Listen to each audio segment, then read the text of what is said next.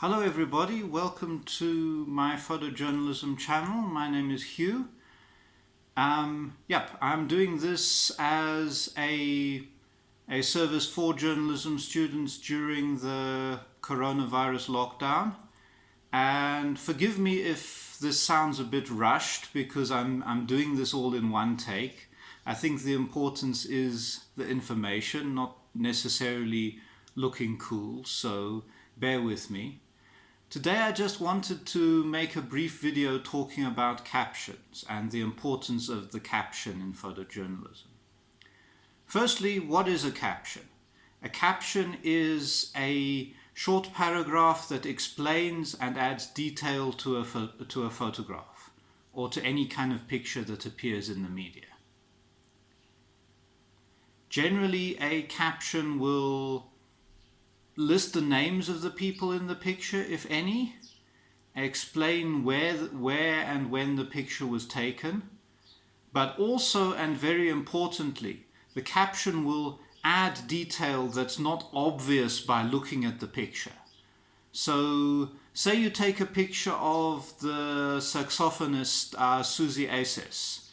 Maybe you'll say Susie Aces plays at the Brewers Market tonight, but you won't end there. You won't end the caption with saying Susie Aces plays her saxophone. You'll say something like, perhaps, Susie Aces blends traditional jazz with modern Southern African melodies. You know, you add something that's not obvious to the viewer by looking at the picture. It might be even some more information. So say the picture is of an empty open market in Windhoek as a result of the coronavirus lockdown.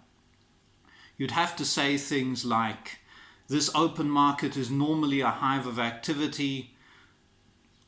All open markets were closed as a result of the coronavirus lockdown for 3 weeks. John Smith, an informal trader, said he doesn't know what to do now that he doesn't have a regular supply of income. Something like that. So a caption is always about providing a little bit more. The media theorists talk about a caption as anchoring the meaning of a picture. So a picture has many meanings. We all know about, people who look at oil paintings and that sort of thing and want to interpret various meanings, which is fine. One of the beauties of visual communication is that a picture can have multiple interpretations according to, I guess, the upbringing and the cultural background and all that sort of thing of the viewer.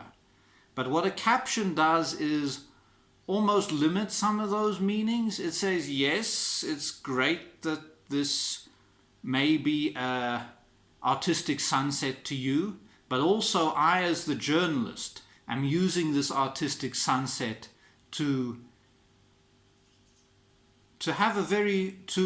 make a very specific point and to illustrate something about the news that I want to say. So that's the role of a caption. Some technical points: try and make your caption no more than 100 words. I know on Instagram, for example, some people go in for very long captions. The danger is that people stop reading after a while. So say 100 words. Another way of looking at it is maximum 5 or 6 sentences. Also, captions should be in the present simple tense.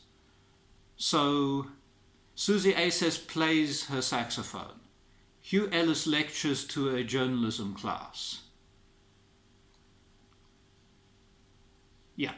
So that's the present simple tense. Not Susie Aces is playing. Not Hugh Ellis is lecturing. It's in the present simple tense. The reason for this is that a photograph captures one moment in time. It captures just that moment in time. So you use the present simple tense. John Smith smokes a cigarette outside his empty open market in Windhoek. Also, some captions, this will depend on the particular, what's called the house style of the media, the particular medium that you're writing for. But some media will want a caption to have a brief headline, 3 or 4 words that sort of summarize the main point. So, for example, desolation. John Smith smokes a cigarette outside his usually bustling empty market. Blending traditional and modern. Susie Aces plays her saxophone, combining traditional and modern jazz melodies. That kind of thing. Sometimes that headline, I've heard it called a kicker. There are various terms, but let's call it a caption headline for now. So sometimes that caption headline will be words in capital letters, perhaps with 3 dots afterwards. For now, for assignments for my course, I will say that's not essential. Generally, for example, on the internet, that's not generally done. It's becoming seen as a little bit old-fashioned. For example, on Instagram, you don't see it. But some magazines and some newspapers do require that as part of the house style. For example, the Namibian always tends to have 3-word or 4-word or 5-word caption headlines. By seeing those headlines, it also gives you the information that, I'm reading the Namibian. I know I'm reading the Namibian because they write in this way.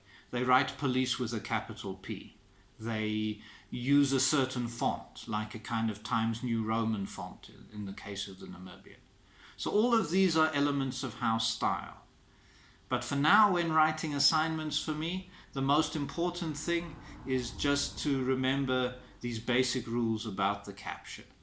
Make it short, explain what's going on in the photo, and also add additional information.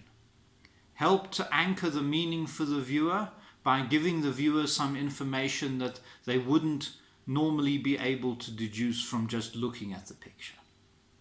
Okay, thanks for tuning in, and next time we'll be talking about laws that affect the photojournalist. Thank you.